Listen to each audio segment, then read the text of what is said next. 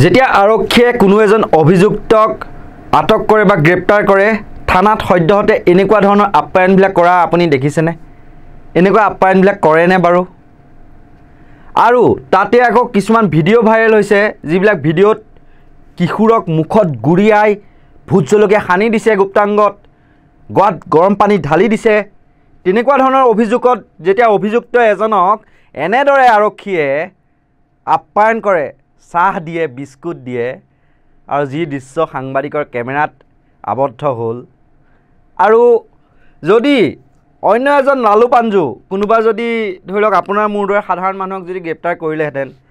তেতিয়া এনেকুৱা ধৰণৰ মানে আতিথ্যবিলাক কৰিলেহেঁতেন নে কেতিয়াও নকৰে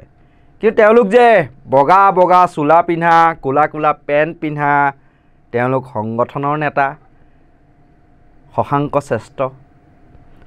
শ্ৰেষ্ঠ আজি যদি আপোনাৰ মোৰ দৰে সাধাৰণ মানুহ হ'লেহেঁতেন বা চৰকাৰৰ লগত উঠা বহা বা মিতিৰালি হলিগলি নকৰা মানুহ হ'লহেঁতেন তেতিয়া এনেকুৱা ধৰণৰ আতিথ্য নাপালেহেঁতেন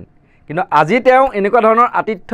লাভ কৰিবলৈ সক্ষম হৈছে এটা কাৰণেই তেওঁ কাৰণ বগা চোলা পিন্ধা কোলা পেণ্ট পিন্ধা নেতা ভৱিষ্যতে হয়তো তেওঁ হৈ পৰিব পাৰে কোনো মন্ত্ৰী কোনো বিধায়ক তেতিয়া হয়তো আৰক্ষী হয় ছাৰ বুলি কৈ চেলুট দিব লাগিব পাৰে তাতোতো কোনো মানে অনিশ্চয়তা নাই গতিকে এতিয়া এনেকুৱা ধৰণৰ আপ্যায়ন কৰিছে নেকি আৰক্ষীয়ে সেই প্ৰশ্ন উত্থাপিত হৈছে সামাজিক মাধ্যমত আপুনি ভাবক তালিবানীৰ দৰে শাস্তি দিছে মোবাইল চুৰৰ দৰে সামান্য অপৰাধত তালিবানীৰ দৰে শাস্তি দিছিল দুগৰাকীকৈ কিশোৰক যি দুগৰাকী কিশোৰ বৰ্তমান এজন চিকিৎসাধীন এজন ঘৰতে আছে গাত ভোট জলকীয়া ঘঁহি দিছে গোটেই গাত সৰ্বশৰীৰত দাগ আমি সম্পাদিত ৰূপত সেইবিলাক দৃশ্য দেখুৱাব পাৰোঁ অসম্পাদিত ৰূপত আমি দেখুৱাব নোৱাৰোঁ ফেচবুকেও তাৰ এগেইনষ্টত কমিউনিটি গাইডলাইনৰ এগেইনষ্টত হ'ব তেওঁলোকৰ আৰু এনেকুৱা এক বৰ্বৰ কাণ্ড বৰ্বৰ ঘটনাৰ পিছত আৰক্ষীৰ এনে আপ্যায়ন কেনে সম্ভৱ আজি প্ৰশ্ন কৰিছোঁ অসম আৰক্ষীক আজি সাধাৰণ এগৰাকী অভিযুক্তৰ ক্ষেত্ৰত এই আপ্যায়ন আৰক্ষীয়ে কৰিলেহেঁতেনে কিহৰ বাবে নে আৰক্ষীৰ যি ভূমিকা যে 48 ঘণ্টা পৰ্যন্ত ৰাজু শ্ৰেষ্ঠ যিগৰাকীক সেইগৰাকীক আটক কৰিবলৈ আৰক্ষীৰ হাত কপি আছিল যিগৰাকী বৰপথাৰ থানাৰ OC ভাৰপ্ৰাপ্ত আৰক্ষী বিষয়া তেওঁ ৰাজু শ্ৰেষ্ঠক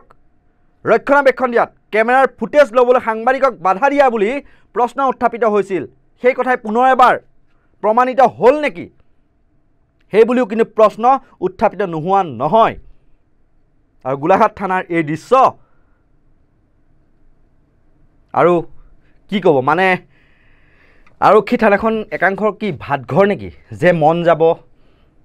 এতিয়া ৰাইজে প্ৰতিবাদ কৰিছে বা ছ'চিয়েল মিডিয়াত এই যি গেলাবিল কাণ্ড কিশোৰ নিৰ্যাতনৰ যি ভিডিঅ' ভাইৰেল হ'ল সামাজিক মাধ্যমত ৰাইজে গালি গালাজ কৰিলে গতিকেতো এতিয়া উপায় নাই ৰাইজতকৈ ওপৰততো কোনো নহয় গ্ৰেপ্তাৰটো কৰিবই লাগিব ন এতিয়া গ্ৰেপ্তাৰ কৰিলে কিন্তু এতিয়া তেওঁলোকে গ্ৰেপ্তাৰ নকৰিলেও নহয় কাৰণ বৰমূৰীয়াৰ লগত তেওঁলোকৰ ফটো আছে ইতিমধ্যে বহুকেইখন ফটো ছ'চিয়েল মিডিয়াত ভাইৰেল হৈছে